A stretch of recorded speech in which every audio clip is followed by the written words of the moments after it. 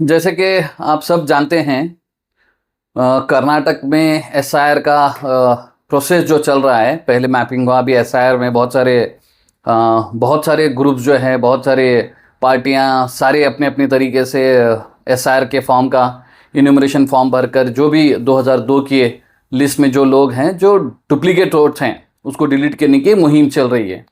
इसी पूरे क्रम में जो है मैं दो तीन चीज़ें नोटिस किया। कल जो है दो बड़े इवेंट्स में नोटिस किया। एक सबसे पहले एक वार्ड नंबर 35 में जो है एक बीएलओ, शायद कौन है पता नहीं, किसी एक सिद्धश्री के एक एम्प्लॉय के मोबाइल में उसका लॉगिन था और बहुत सारे जो दूसरे वार्ड्स के वोटर्स से शायद उसके पास फॉर्म निकले। मैं हैरान हुआ कि इतना बड़ा इवेंट मतलब हो रहा है और वहाँ बीजेपी के कोई लोग नहीं थे, लेकिन पूरे बसवनगौड़ा के जितने भी वो फॉलोअर्स वगैरह थे वो लोग वहाँ पे नज़र आ रहे थे। कमिश्नर का मैं रिएक्शन देखा, हैरान हुआ। मैं ताजुब कर रहा था, क्योंकि आपके सामने एविडेंस है, आपके सामने चीज़ें हैं, लेकिन आप जो है नहीं कानून की जो भी लाइन है, वो लाइन के ज़रिए जिस तरीके से उस पर एक्शन लेना था वो नहीं लिए। और इतना लाइट रिएक्शन उनका कमिश्नर का, क्योंकि उनको मालूम है कि कहाँ कहाँ जो उन्होंने बोगस वोट करें। क्यों बोले तो वोट बनाने के टाइम को जो भी एंट्री करें, बहुत सारे एलिगेशंस कमिश्नर को लग रहे हैं। ये जेन्युइन मेरे हिसाब से लग रहा है कि उनके ऊपर एलिगेशन है। अगर वो एलिगेशन अगर जेन्युइन नहीं रहता तो शायद कमिश्नर कल क्या करते थे, इमीडिएट पुलिस वाले को बुलाते थे। जो भी वो शख्स सिद्धश्री का एम्प्लॉय है जो बसवनगौड़ा का एक काम कर रहा था, उसे अरेस्ट कराते थे, नहीं कराए। और मैं ये पूरे एसआईआर इवेंट पे जो है एक चीज़ बोलना चाह रहा था कि हमारी खुशकिस्मती है कि हम हिंदुस्तान में पैदा हुई, लेकिन हमारे लिए टेंशन की बात क्या है कर बोले तो हम मुसलमान समाज में पैदा हुई। फिर मुझे लगा कि ठीक है, चलो यूपी बिहार नॉर्थ में जो है नहीं जिस तरीके का सलूक मुसलमानों के साथ में होता है, यहाँ नहीं होता अगर को। फिर मुझे खुशी हुई कि मैं कर्नाटक में हूँ घर को। फिर मुझे टेंशन बड़ी हुई कि आकर बोले तो मैं बीजापुर में हूँ। बीजापुर में क्यों हूँ, मुझे टेंशन क्या हुई कर बोले तो मैं हैरान हुआ। मैं कादरी वकील का कल ये देखा, एलिगेशन देखा, बहुत जेन्युइन, बहुत स्ट्रांग किया था। एलिगेशन था क्या कि एडमिनिस्ट्रेशन जो है ना पूरा आरएसएस का है। आरएसएस का एडमिनिस्ट्रेशन क्या कर रहा बोले तो बसवनगौड़ा की जो भी तरीके की मदद करना है वो मदद कर रहे हैं। और ये क्लियर जो है ना सबको नजर आ रहा है, लेकिन उफ कर को नहीं बोलते हैं। मैं प्रियंक खड़गे को एक सवाल यहाँ से करना चाहता हूँ। क्या अगर बोले तो तुम्हें पूरे स्टेट में जो है ना आरएसएस की एक न्यूज़ जो है ना पूरे इंडिया में जो है ना बहुत तहलका मचा रही थी। तुम्हें आरएसएस का रजिस्ट्रेशन के बारे में पूछ रहे हैं, उनका हिसाब किताब पूछ रहे हैं, सब चीज़ें कर रहे हैं। बीजापुर में क्यों आरएसएस के बारे में, आरएसएस के लोग जो यहाँ बेनिफिट उठा रहे हैं उसके बारे में क्यों कोई भी सवाल नहीं करते? इसी एक इसमें जो है ना मैं कड़ी में एक नाम जोड़ना चाहता हूँ। जितने भी एडवोकेट्स नॉमिनेट हो रहे हैं, जो भी गवर्नमेंट से उनको ये मिल रहे हैं, खाते मिल रहे हैं, वो एक भी जो है नहीं माइनॉरिटी का नहीं है, एससी का नहीं है, ना तो मुसलमान है। जितने भी एडवोकेट्स बन रहे हैं, या फिर कॉरपोरेशन का बोलो, डीजीपी बोलो, लोकायत बोलो, जितने भी एडवोकेट्स बन रहे हैं वो पूरे के पूरे आरएसएस के लोग हैं। तो बीजापुर की सरकार की ये चीज़ों को बढ़ावा दे रही, ये मेरा सवाल है। बीजापुर सरकार के सामने नहीं है क्या ये सब चीज़ें? उन्होंने बीजेपी की गवर्नमेंट में भी जो है नहीं ये लोग पैनल में रहते हैं, कांग्रेस की सरकार में भी जो है नहीं ये लोग पैनल में रहते हैं। एक चीज़। फिर बाद में एक वो कल की इवेंट में मैं वो भी देखा कि वो जो भी लोग लड़ रहे थे वो बीजेपी वाले अकेले भी नहीं थे। वो पूरे जो है नहीं एक जो बोगस वोट लेकर चुन को आए एमएलए, उसके कार्यकर्ता बहुत अच्छे से लड़ रहे थे। ये पूरे इवेंट में जो है ना एडमिनिस्ट्रेशन की फेलियर नजर आ रही थी। और एडमिनिस्ट्रेशन को घेरने के वास्ते शायद हमारे जो लीडर हैं, जो अपने आप को सो कॉल्ड लीडर्स कहते हैं, उन्हें सीधा सीधा उसे जो है नहीं घेराव करना था, डीसी आंदे या फिर गवर्नमेंट के जो भी एक प्रतिनिधि आको। ये मामला जो है नहीं बहुत सीरियस है, क्योंकि ये पूरे जहां जहां भी एसआईआर हो रहा, इससे मैक्सिमम जो है नहीं मुसलमानों के वोट डिलीट हो रहे हैं और ये कांग्रेस के नुकसान हो रहे हैं बोल को मुझे लग रहा भी। कांग्रेस है, तृणमूल कांग्रेस है, बहुत सारे बहुत जो भी बीजेपी के विरोध के लोग हैं उनको डिलीट कर रहे हैं। तो कई को कर्नाटक स्टेट में बीजेपी के आरएसएस के लोगों को इतना बढ़ावा फिर भी मिल रहा, ये मेरा एक सवाल है।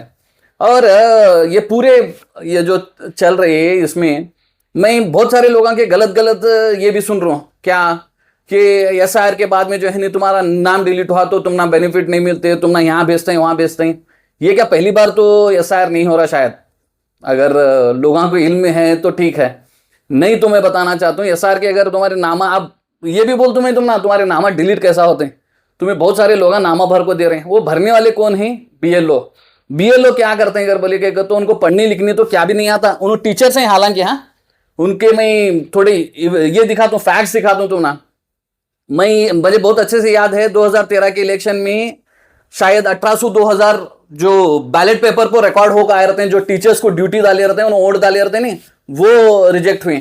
फिर बाद में 2018 में भी मैं अंदर था, तो 2700 2800 जो है नहीं टीचर्स के वोट डिलीट हुए, काउंट नहीं हुए। क्यों नहीं हुए अगर बोले तो उन्होंने जो है ना सब भी एक सेम एनरोल नंबर डाले थे, सब सेम लिखो भर को देते हैं उन्होंने। ऐसे हमारे टीचर हैं और हम इनसे उम्मीद करते हैं कि हमारी जो है नहीं इसमें एसआईआर के प्रोसेस में जो है ना हम हेल्प करते हैं।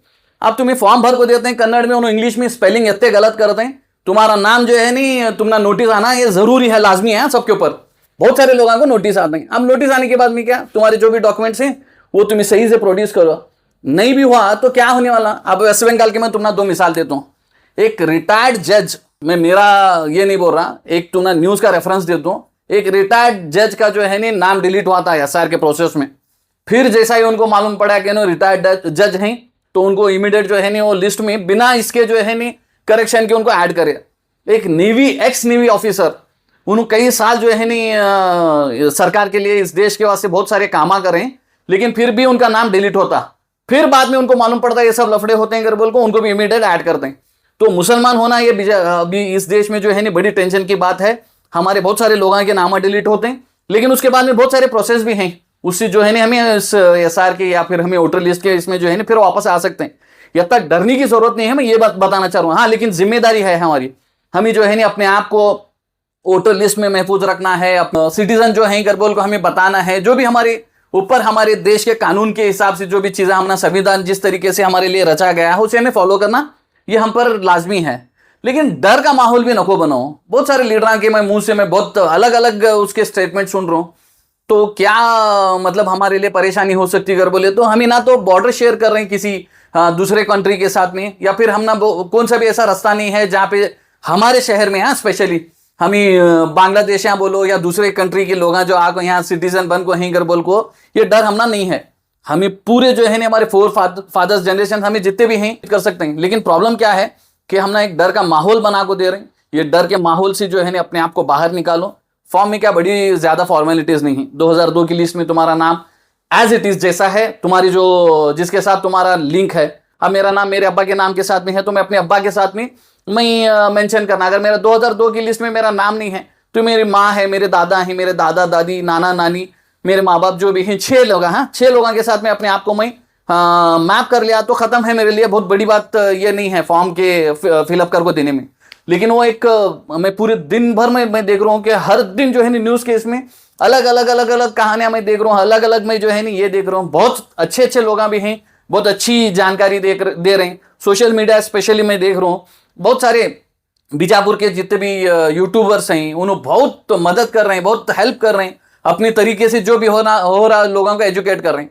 तो ये हम लोगों की जिम्मेदारी है अपनी जो भी ये है फॉर्मेलिटीज जो भी करके देना है, उसका क्या बड़ा काम नहीं है। 6 ऊपर के एक 4 लाइन है, नीचे के एक 4-5 लाइन है, उसमें भर को देना है। तुम्हारा आधार नंबर है, तुम्हारा मोबाइल नंबर है, तुम्हारा इलेक्शन कार्ड का ये है डिटेल्स हैं। ये बहुत आम ये है। मेरे घर में भी अगर मेरे छोटे बच्चे अगर 7th 8th में भी अगर पढ़ रहे हैं तो तुम्हें उनको हमारे नाम के हिसाब से भर को दो अगर बोले तो भर को देते हैं।